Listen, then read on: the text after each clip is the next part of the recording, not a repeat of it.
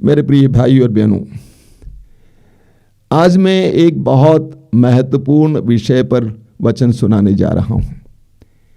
हमें पढ़ने को मिलता है मत्ती के सुसमाचार की अध्याय 16 में उसके वाक्य 13 से। ध्यान से सुनना। ईसा ने कैसरिया फिलिप्पी पहुंचकर अपने शिष्यों से पूछा, मानव पुत्र कौन है? इस विषय में लोग क्या कहते हैं? उन्होंने उत्तर दिया, कुछ लोग कहते हैं यूहन्ना बपतिस्ता, कुछ कहते हैं एलियस, और कुछ लोग कहते हैं यिर्मयाह अथवा नबियों में से कोई। इस पर ईसा ने कहा, और तुम क्या कहते हो कि मैं कौन हूं? सीमोन पेतरुस ने उत्तर दिया, आप मसीह हैं, आप जीवंत ईश्वर के पुत्र हैं। इस पर ईसा ने उससे कहा, सीमोन योनस के पुत्र, तुम धन्य हो, क्योंकि किसी निरे मनुष्य ने नहीं बल्कि मेरे स्वर्गीय पिता ने तुम पर यह प्रकट किया है। मैं तुमसे कहता हूं कि तुम पेतरुस अर्थात चट्टान हो, और इस चट्टान पर मैं अपनी कलीसिया बनाऊंगा, और अधोलोक के फाटक इसके सामने टिक नहीं पाएंगे। मैं तुम्हें स्वर्गराज की कुंजियां प्रदान करूंगा। तुम पृथ्वी पर जिसका निषेध करोगे स्वर्ग में भी उसका निषेध रहेगा, और पृथ्वी पर जिसकी अनुमति दोगे स्वर्ग में भी उसकी अनुमति रहेगी। ये प्रभु का दिव्य सुसमाचार है। क्रिस्त प्रभु की जय। प्रभु यीशु अपने शिष्यों के साथ कैसरिया फिलिप्पी में थे, और उन्होंने शिष्यों से पूछा कि मेरे विषय में लोग क्या कहते हैं। शिष्यों ने जल्दी जल्दी कहा, कुछ लोग कहते हैं आप यूहन्ना बपतिस्ता हैं, कुछ लोग कहते हैं आप एलिय्याह हैं, और कुछ लोग कहते हैं कि आप यिर्मयाह अथवा नबियों में से कोई हैं। उस समय प्रभु ने उनसे एक व्यक्तिगत सवाल किया, और तुम क्या कहते हो मैं कौन हूं? और तुम क्या कहते हो कि मैं कौन हूं? डॉक्टर हूं, चंगाई देने वाला, बैंक मैनेजर हूं, पैसा देने वाला, बच्चा देने वाला, शादी कराने वाला, चमत्कार कराने वाला, मैं कौन हूं? मेरा विश्वास है उस समय शांति छा गई, और पेतरुस खड़ा हुआ।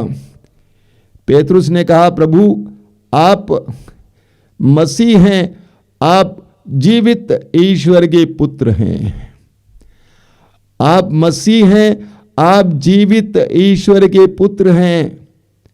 प्रभु बहुत खुश हुए। पेतरुस ने कहा, आप मसीह हैं, आप जीवित ईश्वर के पुत्र हैं। यीशु के बारे में हमारे विश्वास का ये निचोड़ है, आधार है। यीशु ईश्वर के पुत्र हैं। यीशु साधारण गुरु नहीं है, ईश्वर के पुत्र हैं। लूकस के सुसमाचार के अध्याय 1 वाक्य 35 में हम पढ़ते हैं, स्वर्गदूत गब्रियल ने मां मरियम से कहा, पवित्र आत्मा पर उतरेगा, सर्वोच्च शक्ति की छाया पर पड़ेगी, इसलिए जो आपसे उत्पन्न होंगे वो पवित्र होंगे और ईश्वर के पुत्र कहलाएंगे। बोलिए हालेलुया, हालेलुया, हालेलुया, हालेलुया। स्वर्गदूत ने कहा कि पवित्र आत्मा पर उतरेगा, सर्वोच्च शक्ति की छाया पर पड़ेगी, इसलिए जो आपसे उत्पन्न होंगे वो पवित्र होंगे और ईश्वर के पुत्र कहलाएंगे। यूहन्ना के समाचार के अध्याय 1 उसके वाक्य 49 में हम नतनएल को घोषित करते हुए देखते हैं। जब नतनएल प्रभु की ओर आ रहा था, प्रभु ने कहा, यह सच्चा इस्राएली है जिसमें कोई कपट नहीं है। नतनएल ने पूछा कि प्रभु आप मुझे कैसे जानते हैं? मैं पहली बार आपसे मिल रहा हूं। प्रभु ने कहा कि नतनएल, फिलिप के बुलाए जाने से पहले जब तुम अंजीर के पेड़ के नीचे था उस समय मैंने तुम्हें देखा। फिलिप ने चमत्कार महसूस किया। मैं अंजीर के पेड़ के नीचे खड़ा था, उसी समय फिलिप मुझे बुलाने आया था। इन्होंने कैसे जाना? इसलिए उसने पुकार कर कहा, आप ईश्वर के पुत्र हैं। बोलिए हालेलुया, हालेलुया, हालेलुया, हालेलुया। यूहन्ना के सुसमाचार के अध्याय 1 उसके वाक्य 34 में हम पढ़ते हैं, यूहन्ना बपतिस्ता अपना साक्ष्य सुनाते हैं। यूहन्ना बपतिस्ता अपने शिष्यों से कहते हैं, जिसने मुझे भेजा उसने मुझसे कहा, जिस पर तुम पवित्र आत्मा को उतरते हुए और ठहरते हुए देखोगे वही पवित्र आत्मा से बपतिस्मा देगा। मैंने देखा और साक्ष्य दिया है, यही ईश्वर के पुत्र हैं। बोलिए हालेलुया, हालेलुया, हालेलुया, हालेलुया। मत्ती के सुसमाचार के अध्याय 8 उसके वाक्य 29 में हम पढ़ते हैं, अब दूत भी यीशु को पहचान लेते हैं। अब दूत भी यीशु को पहचान लेते हैं और पुकार कर कहते हैं, हे ईश्वर के पुत्र, आपको हमसे क्या, आप हमें समय से पहले सताने क्यों आए हैं। अब दूतों ने भी यीशु को पहचान लिया कि यीशु ईश्वर के पुत्र हैं। मत्ती के समाचार के अध्याय 27 उसके वाक्य 54 में पढ़ते हैं, प्रभु यीशु क्रूस पर लटके हुए थे। उनकी मृत्यु के समय चमत्कार पूर्ण अद्भुत कार्य हुए, भूकंप हुआ, धरती फट गई, चट्टाने फट गई, और ये सब घटनाएं देखने के बाद उनके क्रूस के नीचे खड़े सिपाहियों ने और शतपति ने कहा, सचमुच ये ईश्वर का पुत्र था। इन सारे चमत्कारों को उन्होंने देखा और घोषित किया, सचमुच ये ईश्वर का पुत्र था। बोलिए hallelujah, hallelujah, hallelujah, hallelujah. Lucas के सुसमाचार के अध्याय 9 उसके वाक्य 35 में पढ़ते हैं, प्रभु यीशु पहाड़ पर प्रार्थना कर रहे थे और उनके साथ उनके शिष्य थे। शिष्यों ने यीशु की महिमा को देखा, यीशु के रूपांतरित चेहरे को देखा, वस्त्र को देखा।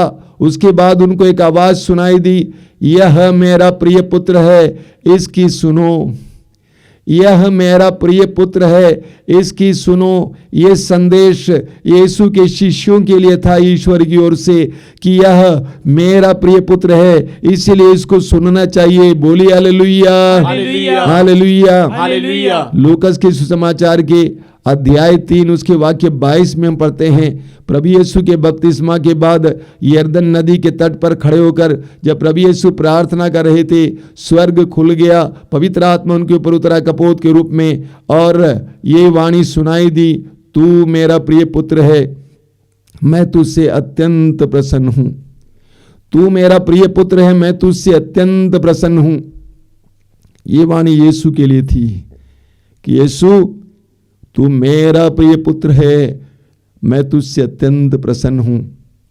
यीशु स्वयं यूहन्ना के सुसमाचार के अध्याय 14 वाक्य 9 में कहते हैं कि जिसने मुझको देखा है उसने पिता को देखा है। यीशु फिलिप से बोल रहे थे, फिलिप ने कहा कि प्रभु हमें पिता के दर्शन कराइए। प्रभु ने कहा, फिलिप मैं तुम्हारे साथ इतने दिन से रहा, तुम मुझे नहीं पहचाने। जिसने मुझको देखा है उसने पिता को देखा है। यीशु पिता का प्रतिनिधि, यीशु पिता का पुत्र है। बोलिए hallelujah, hallelujah, hallelujah, hallelujah, hallelujah. Hallelujah. यूहन्ना के सुसमाचार के अध्याय 1 वाक्य 14 में यूहन्ना कहता है, शब्द ने देह धारण किया, हमारे बीच निवास किया, हमने उसकी महिमा देखी, पिता के एकलौते की महिमा जैसी, अनुग्रह तथा सत्य से परिपूर्ण। यूहन्ना अपना अनुभव बता रहा है, हमने उसकी महिमा देखी, पिता के एकलौते की जैसी महिमा, अनुग्रह तथा सत्य से परिपूर्ण था यीशु। ये यूहन्ना प्रकट करता है, घोषित करता है। बोलिए हालेलुया, हालेलुया। पेतरुस का दूसरा पत्र अध्याय 1 वाक्य 16 से 18, 16 और 17 में पेतरुस कहते हैं, पहाड़ पर हमने उनकी महिमा को देखा और हमने वो आवाज सुना, यह मेरा प्रिय पुत्र है, इस पर मैं अत्यंत प्रसन्न हूं। पेतरुस कहते हैं, हमने स्वयं अनुभव किया और सुना कि यीशु ईश्वर के पुत्र हैं। बोलिए हालेलुया, हालेलुया, हालेलुया, हालेलुया। इब्रानियों के पत्र के अध्याय 1 उसके वाक्य 1 से 3 तक संत पौलुस कहते हैं, प्राचीन काल में ईश्वर बारंबार विविध रूपों में हमारे पुरखों से नबियों द्वारा बोला, लेकिन आज अंत में वह अपने पुत्र के द्वारा बोला है।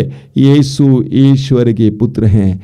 यीशु साधारण नहीं है, मनुष्य जरूर बने लेकिन ईश्वर के पुत्र हैं। वह मानव हैं जरूर, लेकिन कोई गुरु मात्र नहीं है, कोई चंगाई देने वाला जादूगर नहीं है, बल्कि ईश्वर के पुत्र हैं। बोलिए hallelujah, hallelujah, hallelujah, hallelujah, hallelujah, hallelujah, hallelujah. Hallelujah. दूसरा, पेतरुस ने कहा, आप मसीह हैं। मसीह का मतलब क्या है? अभिषिक्त। मसीह का अर्थ है अभिषिक्त, जिसको अभिषेक मिला है।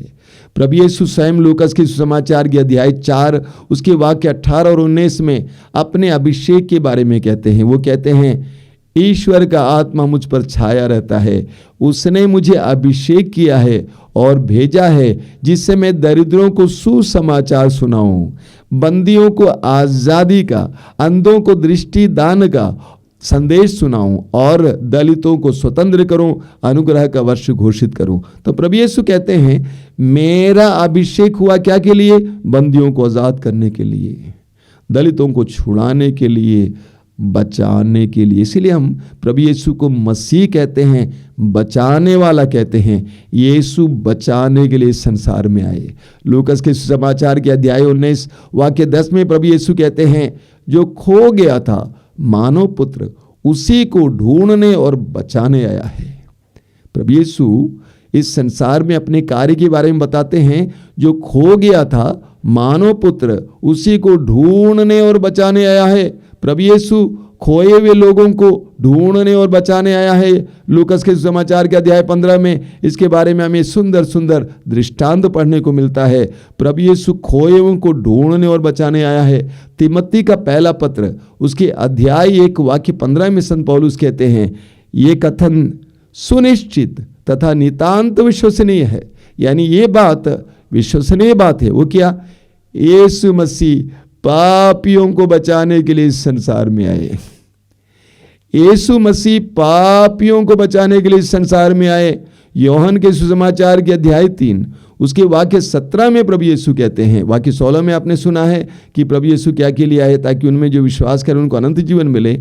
वाक्य 17 में प्रभु यीशु कहते हैं ईश्वर ने अपने पुत्र को इसलिए संसार में नहीं भेजा कि वो संसार को दोषी ठहराए, बल्कि इसलिए कि संसार उसके द्वारा मुक्ति प्राप्त करे। प्रभु यीशु इन संसार में हमें मुक्ति देने के लिए आए हैं, हमारे मुक्तिदाता बनकर आए हैं। इसीलिए पेतरुस ने कहा आप मसीह हैं, आप बचाने वाले हैं, आप मुक्तिदाता हैं। इस्यास नबी अध्याय 53 उसके वाक्य 4 से 6 तक आप पढ़ेंगे, बहुत सुंदर है। वहां पे लिखा हुआ है कि वो हमारे रोगों को अपने ऊपर लेता था, वो हमारे रोगों को अपने ऊपर लेता था और वो हमारे दुखों से लदा हुआ था। जो दंड वो भोगता था उसके द्वारा हमें मुक्ति मिली, हमें शांति मिली है। जो दंड वो भोगता था उसके द्वारा हमें शांति मिली है।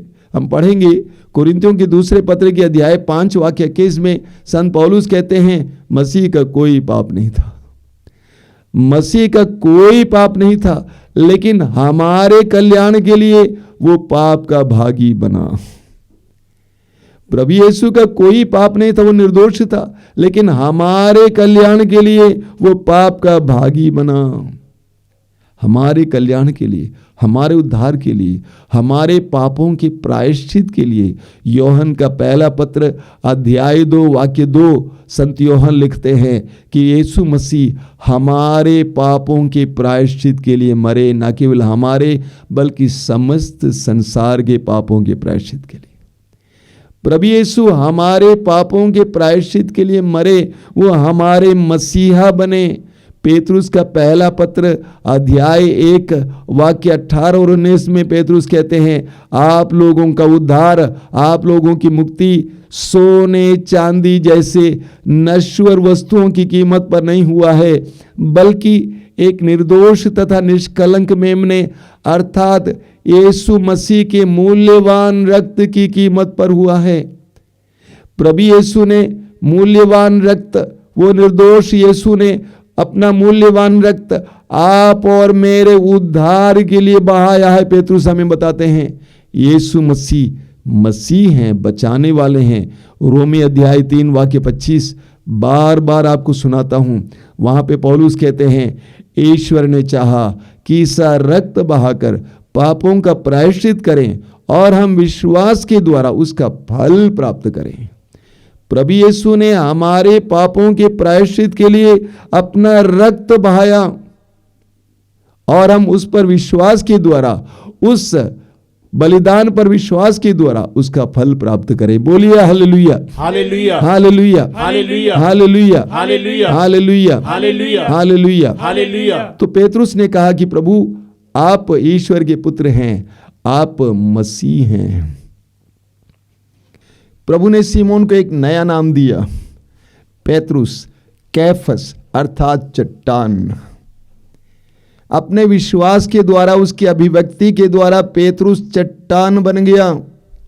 मत्ती के सुसमाचार के अध्याय 7 उसके वाक्य 24 में प्रभु कहते हैं, जो व्यक्ति मेरी इन बातों को सुनता है उसका पालन करता है वह उस बुद्धिमान व्यक्ति की तरह है जिसने अपने मकान को चट्टान पर बनवाया। पेतरुस अपने विश्वास के द्वारा चट्टान बन गया, इसलिए प्रभु आगे कहते हैं, मैं इस चट्टान पर अपनी कलीसिया का निर्माण करूंगा। मैं इस चट्टान पर अपने कलीसिया का निर्माण करूंगा। जान लीजिए मेरे भाई और बहनों, यीशु पर जब हमारा विश्वास दृढ़ हो जाता है उस समय हमारे जीवन में प्रभु के निर्माण का कार्य शुरू हो जाता है, उद्धार का कार्य शुरू हो जाता है, उत्थान का कार्य शुरू हो जाता है, चमत्कार और चिन्ह प्रकट होने लगता है। मार्कुस अध्याय 16 वाक्य 17 में प्रभु यीशु कहते हैं, विश्वास करने वाले चमत्कार और चिन्ह प्रकट करेंगे। जब हमारा विश्वास यीशु पर दृढ़ होता जाएगा, चमत्कार और चिन्ह हमारे जीवन में देखने को मिलेंगे। प्रभु ने कहा, मैं इस चट्टान पर अपनी कलीसिया का निर्माण करूंगा। अगला है, प्रभु ने कहा, अधोलोक के फाटक इसके सामने नहीं टिकेंगे। दूसरी प्रतिज्ञा, अधोलोक के फाटक इसके सामने टिक नहीं पाएंगे। अधोलोक के फाटक इसके सामने टिक नहीं पाएंगे। एक विश्वासी के सामने शैतान टिक नहीं पाता है। एक विश्वासी के सामने शैतान टिक नहीं पाता है। मार्कुस अध्याय 16 वाक्य 17 प्रभु कहते हैं, विश्वास करने वाले मेरा नाम लेकर अबदूतों को निकालेंगे। विश्वास करने वाले मेरा नाम लेकर अबदूतों को निकालेंगे। आप लूकस के समाचार के अध्याय 10 उसके वाक्य 17 में पढ़ेंगे, प्रभु यीशु के शिष्य गांव गांव घूमकर सुसमाचार की घोषणा किए। उसके बाद जब वापस आए उन्होंने क्या कहा? आनंद के साथ कहा, प्रभु आपके नाम के कारण अबदूत भी हमारे अधीन होते हैं। आपके नाम के कारण अबदूत भी हमारे अधीन होते हैं। पेतरुस का पहला पत्र अध्याय 5 वाक्य 8 और 9 पेतरुस कहते हैं, आपका शत्रु शैतान दहाड़ते सिंह की तरह विचरता है, ढूंढते रहता है कि किसे फाड़ खाएं। आप विश्वास में दृढ़ होकर उसका सामना करें। एक विश्वासी कैसे शैतान का सामना करें? विश्वास में दृढ़ होकर। विश्वास हमें शैतान का सामना करने का सामर्थ्य प्रदान करता है। इसीलिए प्रभु ने कहा, अधोलोक के फाटक इसके सामने टिक नहीं पाएंगे। विश्वासी अपने विश्वास के कारण शैतान का सामना करता है। एफेसियों के पत्र के अध्याय 6 वाक्य 16 में, एफेसी अध्याय 6 वाक्य 16 में संत पौलुस कहते हैं कि आप विश्वास की ढाल धारण किया करें। आप विश्वास की ढाल धारण किया करें। ढाल समझते, पुराने जमाने में तलवार और ढाल से लोग लड़ाई करते थे। एक हाथ में तलवार, दूसरे हाथ में ढाल। एक तलवार से काटता था, दूसरे हाथ के ढाल के जरिए दूसरे के तलवार से अपने को बचाता था। पौलुस कहते हैं, आप विश्वास की ढाल धारण किया करें ताकि शत्रु के दुर्दिन में शत्रु के हर बाण को आप बुझा सकेंगे। हर बाण को आप बुझा सकेंगे विश्वास के द्वारा। तो पेतरुस ने यह प्रकट किया, यह घोषित किया कि आप ईश्वर के पुत्र, आप मसीह हैं। प्रभु ने कहा, तुम्हारे सामने शैतान की शक्तियां टिक नहीं पाएंगी। एक पक्के विश्वासी के जीवन में उसके सामने शैतान कभी टिक नहीं पाएगा। जरूर शैतान परेशान करने आएगा, लेकिन वो टिक नहीं पाएगा। बोलिए hallelujah, hallelujah, hallelujah, hallelujah, hallelujah, hallelujah. अगली प्रतिज्ञा पेतरुस से प्रभु क्या कहते हैं? प्रभु कहते हैं, मैं तुम्हें स्वर्ग राज्य की कुंजियां प्रदान करूंगा। मैं तुम्हें स्वर्ग राज्य की कुंजियां प्रदान करूंगा। सीमोन, मैं तुम्हें स्वर्ग राज की कुंजियां प्रदान करूंगा। आशीष के भंडार की चाबियां तुम्हारे हाथ में पकड़ा दूंगा। तुम जब चाहे खोलो और बांटो। तुम जिसे चाहे खोलो और बांटो। आशीष के भंडार की चाबी मैं तुम्हें दे दूंगा। यीशु पर विश्वास करने वाले व्यक्ति को प्रभु ऐसा ही आशीष के भंडार की चाबी दे देता है। कहता है, लो, खोलो और वितरित करो, बांटो, दो, जिनको चाहे तुम दो। कितनी जबरदस्त प्रतिज्ञा है। ये सब वास्तविकताएं हैं। सच्चाइयां हैं जो एक विश्वासी अपने जीवन में अनुभव करता है। अगली प्रतिज्ञा क्या है? प्रभु कहते हैं जिसको तुम अनुमति दोगे उससे अनुमति प्राप्त, जिसको तुम निषेध करोगे निषेध प्राप्त।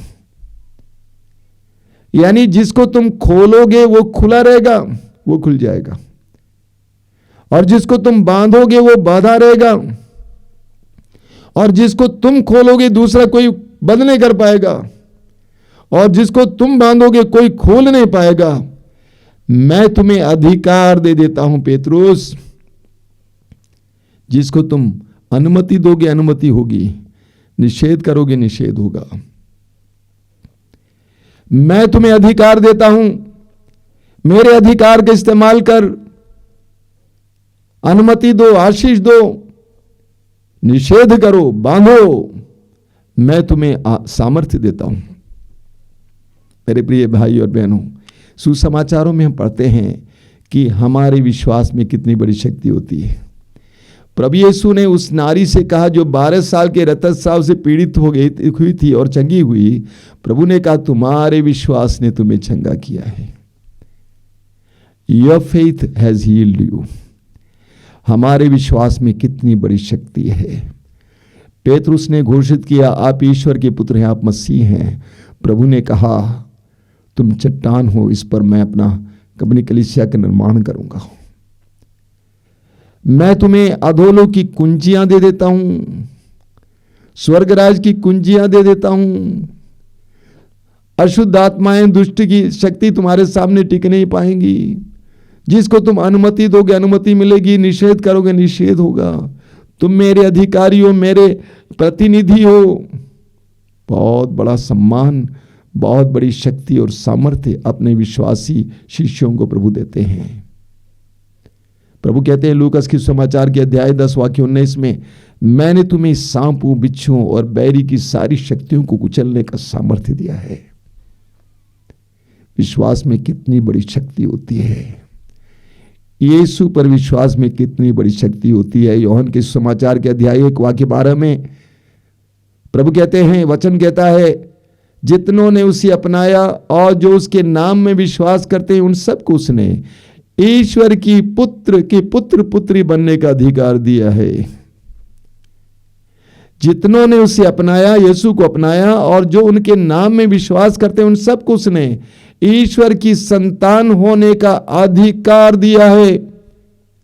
जो यीशु पर विश्वास करता है, ये विश्वास करता है कि यीशु ईश्वर के पुत्र हैं, यीशु मसीह हैं, उसको ईश्वर का अधिकार प्राप्त होता है, ईश्वर के पुत्र का अधिकार प्राप्त होता है। मेरे प्रिय भाई और बहनों, पेतरुस ने अपने विश्वास के द्वारा प्रभु के सामर्थ्य को पाया। आप और मैं भी यीशु पर अपने विश्वास के द्वारा सामर्थ्य पाएंगे। यीशु पर अपने विश्वास को दृढ़ कीजिए। सिर्फ चंगाई दाता नहीं, पैसा देने वाला नहीं, बच्चा देने वाला नहीं, नौकरी दिलाने वाला नहीं, बल्कि ईश्वर के पुत्र हैं। यीशु कोई मामूली नहीं है, ईश्वर के पुत्र। यीशु हमारे मसीह हैं, हमारे एकमात्र मुक्तिदाता हैं, दूसरा कोई नहीं है। आपका ये विश्वास आपको सामर्थ्य प्रदान करेगा, शक्ति प्रदान करेगा। आंखें बंद कीजिए, हम प्रार्थना करें। प्रभु यीशु धन्यवाद देते हैं इस संसार में आने के लिए, हम दुर्बलों को बलवान बनाने के लिए, हम रोगियों को चंगा करने के लिए, हम अभागों को ईश्वरीय वैभव से खिलाने पिलाने के लिए, इस संसार में आने के लिए हम तुझे धन्यवाद देते हैं। पवित्र वचन कहता है कि तू मां मरियम के द्वारा गर्भ इस संसार में आया। तू हमारी तरफ बना, मनुष्य बना। तू मालिक है, तू ईश्वर है, लेकिन तू हमारी तरह दास बना। दास का रूप धारण करके क्रूस पर अपनी मृत्यु को स्वीकार किया, यहां तक कि क्रूस की लज्जाजनक मृत्यु को स्वीकार किया। प्रभु धन्यवाद देते हैं, तू मरने के बाद तीसरे दिन मृतकों में से महिमा के साथ जी उठा है। तूने प्रकट किया कि तू ईश्वर का पुत्र है। जितने लोग तेरे करीब आए उन्होंने अनुभव किया कि तू ईश्वर का पुत्र है। आज मैं घोषित करता हूं कि सचमुच यीशु तू ईश्वर का पुत्र है। तू मामूली नहीं है, ईश्वर का पुत्र, इसीलिए तू अनुग्रह तथा सत्य से परिपूर्ण था। तेरा एक एक वचन सच्चा है, आज मैं मान लेता हूं यीशु। आज मैं ये घोषित करता हूं कि तू मेरा एकमात्र मुक्तिदाता है, मेरे परिवार के एकमात्र मुक्तिदाता है, और कोई मुक्तिदाता नहीं है। धन्यवाद यीशु, क्योंकि तू मेरे लिए मरा, मेरे पापों की प्रायश्चित के लिए, ताकि मैं स्वतंत्र हो जाऊं, आजाद हो जाऊं। धन्यवाद यीशु, धन्यवाद। मुझे इतना विश्वास दीजिए, पेतरुस की तरह एक गहरा विश्वास, एक दृढ़ विश्वास दीजिए, और उसको घोषित करने के लिए सामर्थ्य और साहस दीजिए। आमीन।